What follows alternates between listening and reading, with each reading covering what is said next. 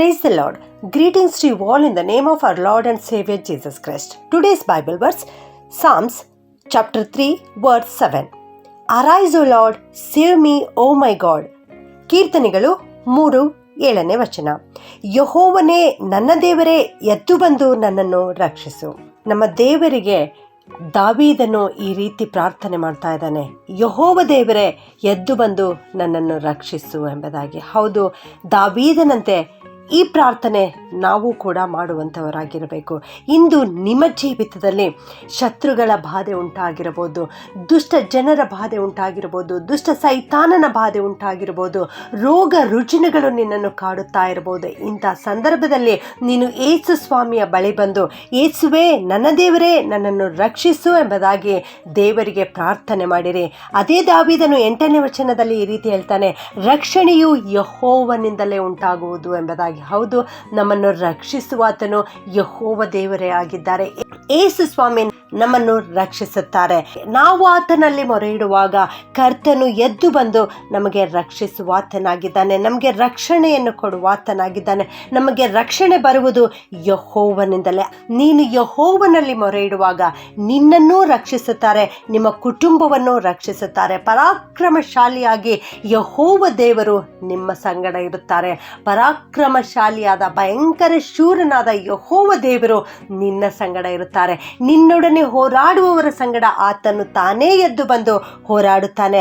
ಅವರು ನಿನಗೆ ವಿರೋಧವಾಗಿ ಯುದ್ಧ ಮಾಡಿದರೂ ಕೂಡ ನಿನ್ನನ್ನು ಸೋಲಿಸಲಿಕ್ಕೆ ಆಗುವುದಿಲ್ಲ. ಯಾಕೆಂದರೆ ಜಯ ಕೊಡುವ ದೇವರು ನಿನ್ನೊಂದಿಗಿದ್ದಾರೆ. ನಿನ್ನನ್ನು ಪಾಪದಿಂದಲೂ, ಶಾಪದಿಂದಲೂ, ಸೈತಾನನ ಬಂಧನದಿಂದಲೂ, ರೋಗದಿಂದಲೂ, ಎಲ್ಲ ಸಮಸ್ಯೆಗಳಿಂದಲೂ ಬಿಡಿಸುವುದಕ್ಕಾಗಿಯೇ ಯೇಸು ಸ್ವಾಮಿ ಈ ಲೋಕಕ್ಕೆ ಬಂದಿದ್ದಾರೆ. ಯೇಸು ಹೆಸರಿನ ಅರ್ಥವೇ ರಕ್ಷಕ ಎಂಬುದಾಗಿ. ಜನರನ್ನು ಅವರ ಪಾಪಗಳಿಂದ ಬಿಡಿಸಿ ಕಾಯುವುದಕ್ಕಾಗಿಯೇ ಯೇಸು ಸ್ವಾಮಿ ಈ ಲೋಕಕ್ಕೆ ಬಂದಿದ್ದಾರೆ. ಈ ಯೇಸು ಸ್ವಾಮಿಯ ನಾಮದಲ್ಲಿ ಹೊರತು ಬೇರೆ ಎಲ್ಲಿಯೂ ನಮಗೆ ರಕ್ಷಣೆ ದೊರೆಯುವುದಿಲ್ಲ. ಆದುದರಿಂದ ನನ್ನ ಪ್ರಿಯ ದೇವಜನರೇ, ಇಂದು ನೀವು ಬಾಧೆಗಳನ್ನು ಅನುಭವಿಸುವಾಗ ನೀವು ದೇವರಲ್ಲಿ ಬೇಡಿಕೊಳ್ಳಿರಿ. ಅಂದು ಪೇತ್ರನು ಸ್ವಾಮಿ ನನ್ನನ್ನು ರಕ್ಷಿಸು ಎಂಬುದಾಗಿ ಕೂಗಿದಾಗ ತಕ್ಷಣವೇ ಯೇಸು ಸ್ವಾಮಿ ಮನಮರುಗಿ ತನ್ನ ಕರವನ್ನು ಚಾಚಿ ಅವನನ್ನು ಕಾಪಾಡಿದರು.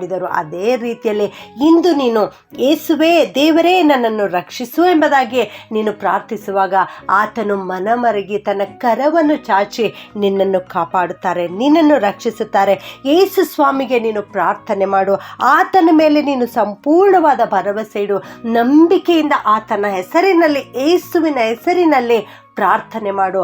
ಆಗ ದೇವರು ಖಂಡಿತವಾಗಿಯೂ ನಿನ್ನ ಕೂಗನ್ನು ಕೇಳಿ ಆ ಎಲ್ಲ ಸಂಕಷ್ಟಗಳಿಂದ ನಿನಗೆ ಬಿಡುಗಡೆ ಕೊಡುತ್ತಾರೆ. ನಿನ್ನ ಭೂಯಾತ್ರೆಯ ಚಿಂತೆಯನ್ನು ಯೆಹೋವನಿಗೆ ವಹಿಸಿಬಿಟ್ಟು ನಿರ್ಭಯದಿಂದಿರು, ಆತನೇ ಅದನ್ನು ಹೊತ್ತು ಸಾಗಿಸುವನು.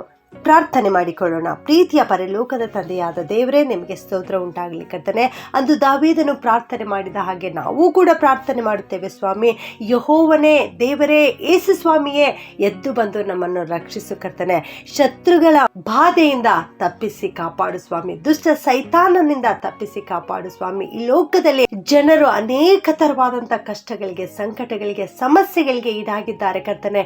ಇಂದು ನಿಮ್ಮ ದಿವಸ, ಕರ್ತನ ದಿವಸ, ಪವಿತ್ರವಾದ ದಿವಸ ಸ್ವಾಮಿ. ಇವರೆಲ್ಲರೂ ಆಲಯಕ್ಕೆ ಬಂದು ನಿನ್ನನ್ನೇ ಆರಾಧಿಸಿ ನಿನ್ನಲ್ಲಿ ಮೊರೆ ಇಡ್ತಾ ಇದ್ದಾರೆ ದೇವ. ಇವರ ಕೂಗನ್ನು ಕೇಳಿ ಎಲ್ಲ ಸಂಕಟಗಳಿಂದ ಬಿಡುಗಡೆ ಕೊಟ್ಟು ನಡೆಸಬೇಕಾಗಿ ಯೇಸುವಿನ ನಾಮದಲ್ಲಿ ಪ್ರಾರ್ಥಿಸುತ್ತೇನೆ ತಂದೆಯೇ, ಆಮೆನ್.